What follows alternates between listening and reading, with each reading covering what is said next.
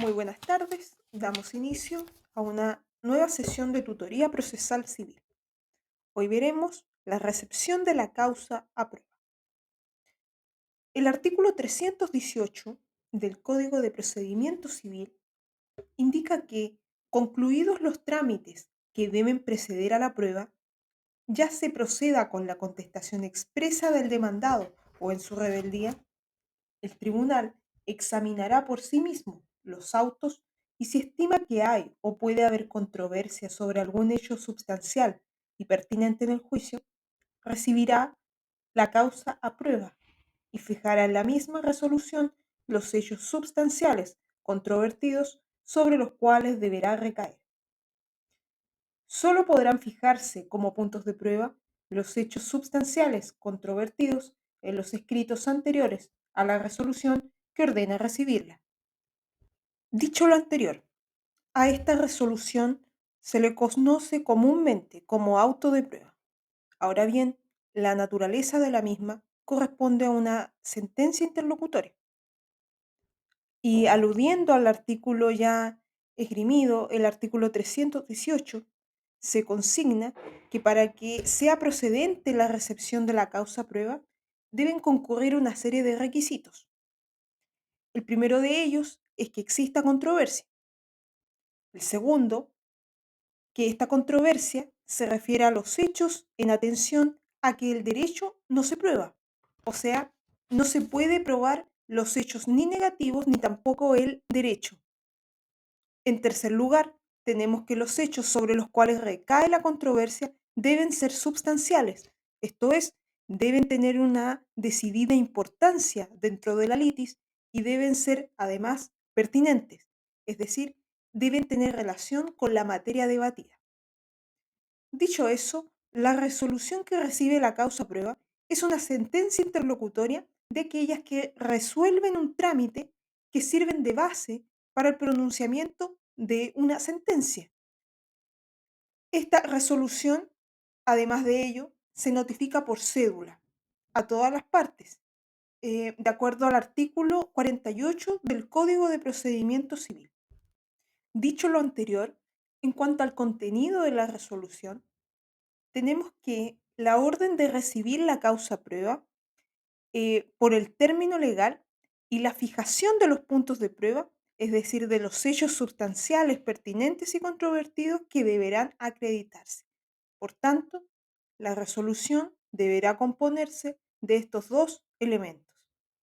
Eventualmente, aun cuando en lo normal la resolución puede contener la fijación de las audiencias para que las partes rindan su prueba de testigos, si la resolución nada dice y se va a rendir esta prueba, se deberá solicitar al tribunal que determine dichas audiencias. En consideración a lo anterior, tenemos que la recepción de la causa prueba es susceptible de recursos, por tanto puede impugnarse. En cuanto a los recursos en contra de la resolución, encontramos el recurso de reposición. Este es un medio de impugnación de carácter ordinario, en cuya virtud se pide al tribunal que dictó un auto o un decreto que lo modifique o lo deje sin efecto. Lo normal es que este recurso podrá interponerse en cualquier tiempo, si se hacen valer nuevos antecedentes. Sin ello, puede intentarse dentro del término de 5 días desde la notificación de la parte respectiva de la resolución que se impugna. Esto de acuerdo al artículo 181 del Código de Procedimiento Civil. Sin embargo, por excepción, tratándose de la resolución que recibe la causa prueba, entendiéndose esta como una sentencia interlocutoria, las partes pueden pedir la reposición de ella dentro de tercero día. Esto de acuerdo al artículo 319, el cual nos indica lo siguiente. Las partes podrán pedir reposición dentro de tercero día de la resolución a que se refiere el artículo anterior.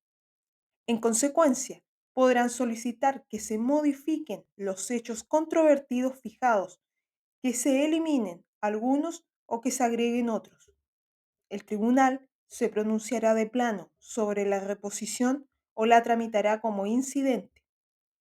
La apelación en contra de la resolución del artículo 318 solo podrá interponerse en el carácter de subsidiaria de la reposición pedida y para el caso de que ésta no sea acogida. La apelación se concederá solo en el efecto devolutivo. Dicho lo anterior, estamos frente a un recurso de reposición especial, cuyo plazo para interponer será de 3 días, desde notificada la resolución. Además de ello, el artículo 319 nos indica que es procedente la interposición, además del recurso de apelación, pero este en materia subsidiaria. Y fijándose además para ambos el plazo del recurso de reposición de 3 días. Dicho lo anterior, en virtud de la reposición, la parte que la interpone podrá pedir, primero, que se modifiquen los hechos controvertidos fijados por el tribunal. Segundo, que se eliminen algunos de los hechos. Tercero, que se agreguen otros hechos controvertidos.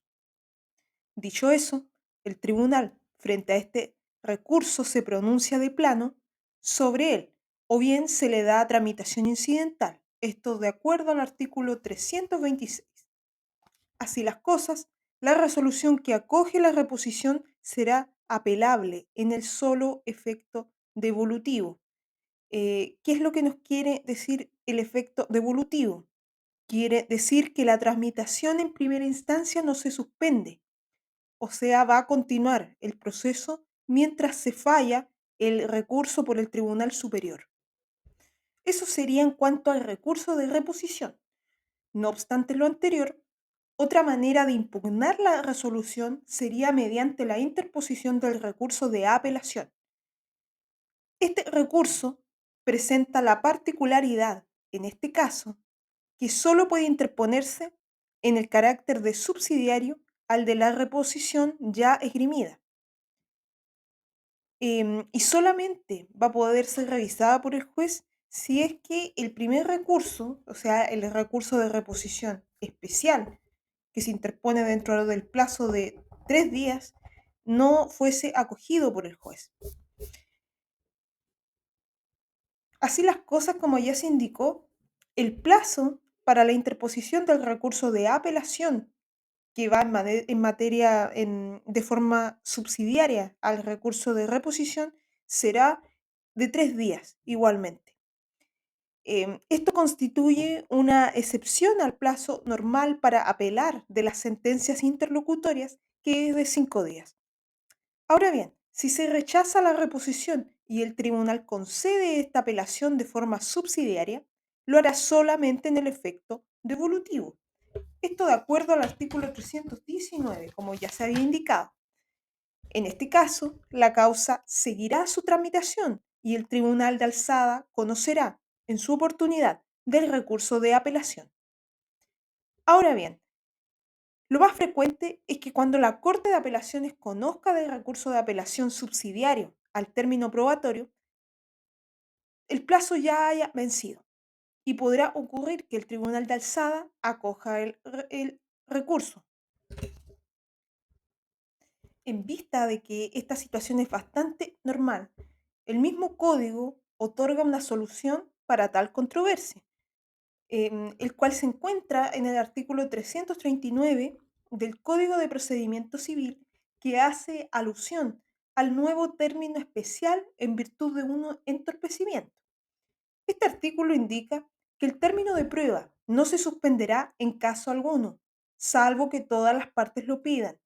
Los incidentes que se formulen durante dicho término o que se relacionen con la prueba se tramitarán en cuaderno separado.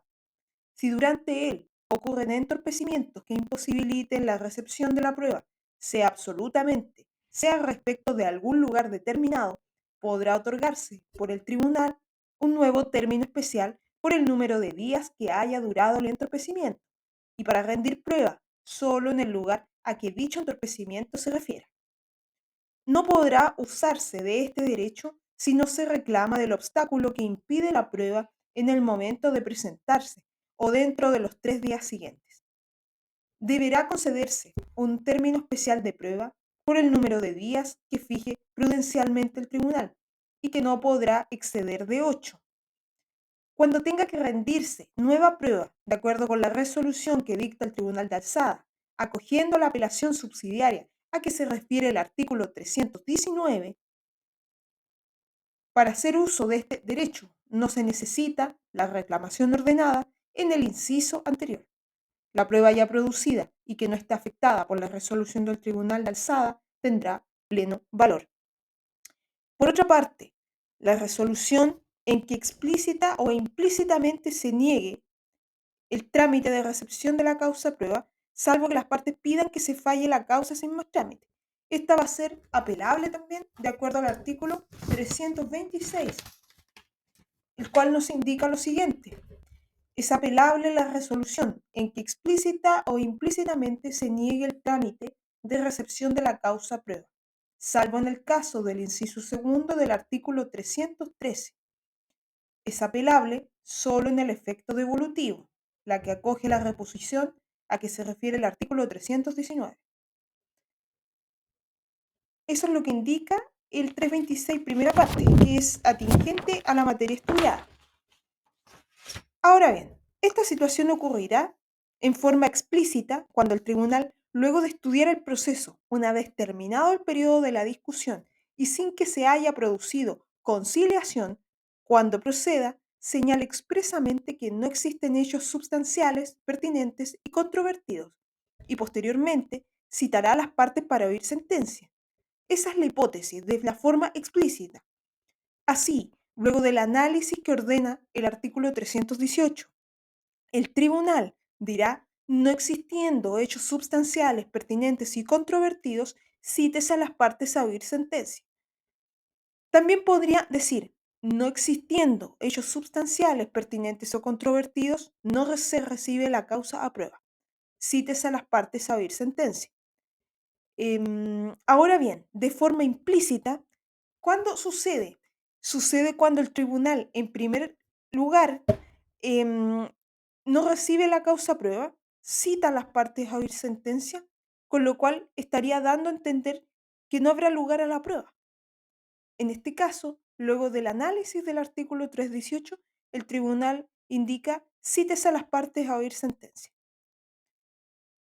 Dicho lo anterior, la norma del artículo 326 a que se ha hecho referencia se debe relacionar con el artículo 432 del Código, el cual preceptúa, vencido el plazo a que se refiere el artículo 430.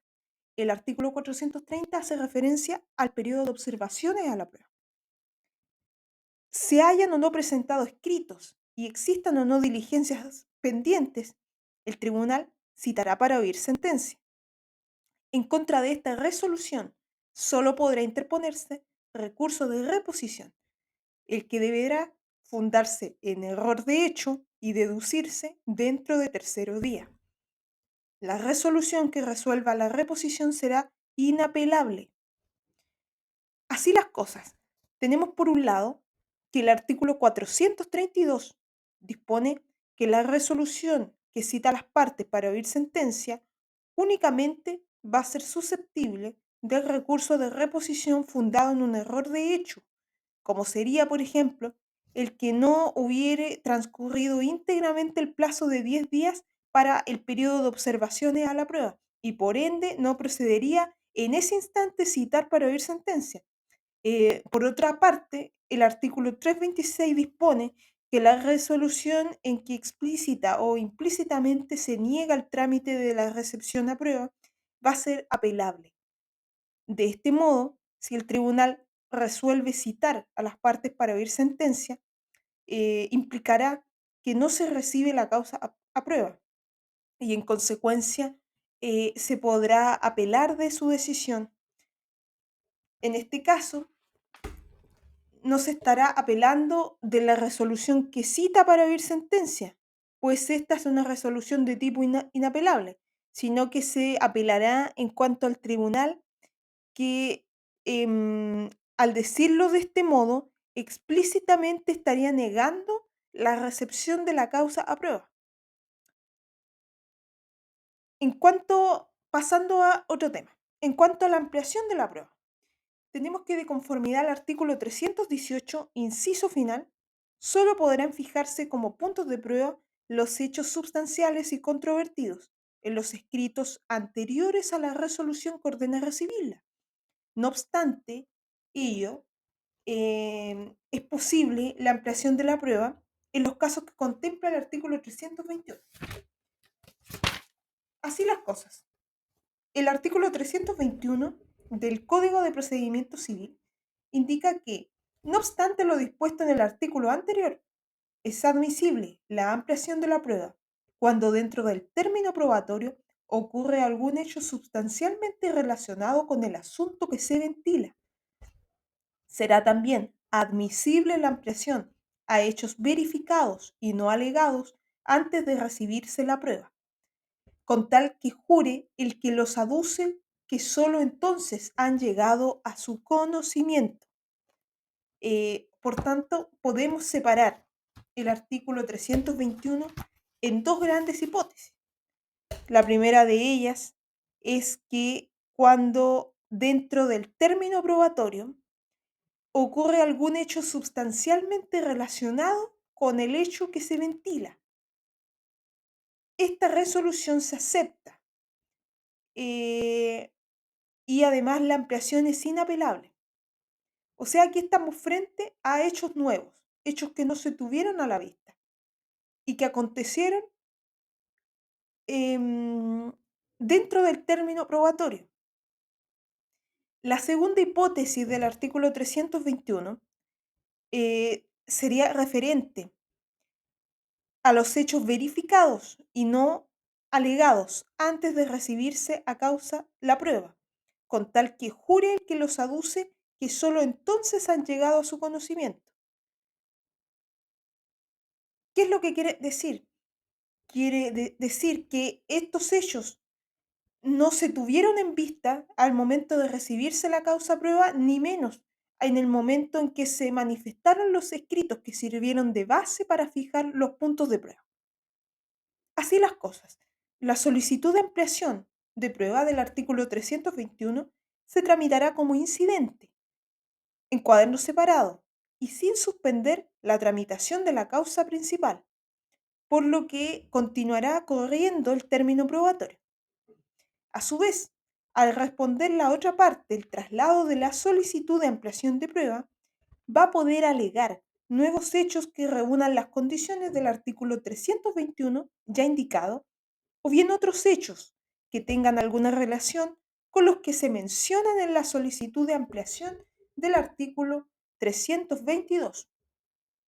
A su respecto, el artículo 322 del Código de Procedimiento Civil nos indica que este artículo hace referencia al incidente de ampliación de prueba.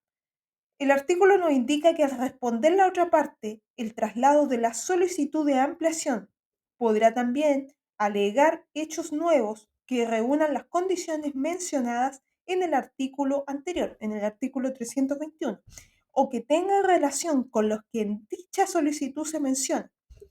El incidente de ampliación se tramitará en conformidad a las reglas generales en ramos separados y no suspenderá el término probatorio. Lo dispuesto en este artículo se entiende sin perjuicio de lo que el artículo 86 establece. Pasando a otro tema, tenemos la situación especial de la prueba testimonial. Así, la parte que desee rendir prueba testimonial va a tener que presentar una lista de testigos. em, y esta lista de testigos de la cual se valdrá tendrá que ser debidamente individualizada. Y además de ello va a tener que presentar la minuta de los puntos sobre los que piensa rendir la prueba, enumerados y especificados con claridad y precisión. Así las cosas, la minuta de puntos de prueba es una enumeración de preguntas concretas y precisas que se dirigen a los testigos por la parte que los presenta, y su objetivo será el de detallar los hechos controvertidos fijados por el tribunal, de tal manera que estas preguntas no pueden desatenderse de los hechos determinados por el juez, sino que deberán amoldarse a ellos. Así las cosas, en la práctica se presenta un escrito en que en lo principal se señala la individualización de cada testigo, es decir, la comparecencia, nombre, apellido, profesión, oficio, ocupación, domicilio, etcétera. Y en un otro sí se va a contener la minuta de los puntos de prueba.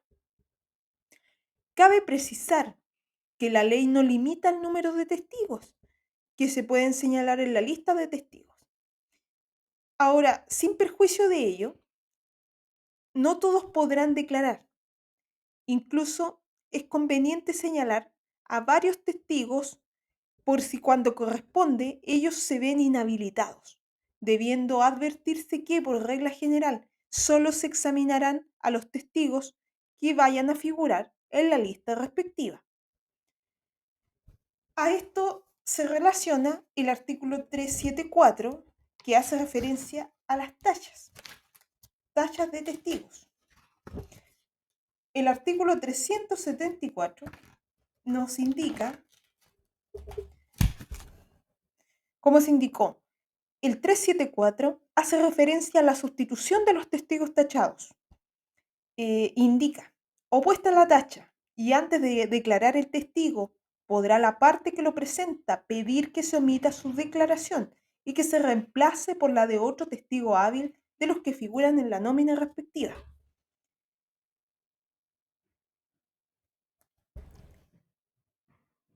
A su vez, sin el ánimo de detallar más allá el tema de las tachas, es pertinente indicar que el examen de los testigos tachados sí se puede efectuar. Ahora bien, esto va a tener preponderancia a la hora de la valoración de la prueba. El artículo 375 indica que las tachas opuestas por las partes no van a obstar al examen de los testigos tachados, pero podrán los tribunales repeler de oficio a los que notoriamente aparezcan comprendidos en alguna de las que se señala en el artículo 357. La apelación que se interponga en este caso se concederá solo en el efecto devolutivo. Así las cosas, en cuanto a la oportunidad para presentar la lista de testigos y la minuta de los puntos de prueba que ya se hizo referencia, tenemos que distinguir dos situaciones. La primera de ellas es si no se pidió reposición. O sea, si la resolución no se impugnó mediante el recurso de reposición, tendremos que indicar que desde la primera notificación de la resolución a que se refiere el artículo 318 y hasta el quinto día de la última, esta va a ser el plazo para poder presentar la lista de testigos y la minuta de los puntos de prueba. Ahora bien, si se interpuso el recurso de reposición, esta lista de testigos y los puntos de prueba se van a tener que presentar dentro de los 5 días siguientes a la notificación por el estado de la resolución que se pronuncie sobre la última resolución de reposición. Como dijimos, cada parte deberá presentar una minuta sobre los puntos sobre los que piensa rendir prueba de testigos.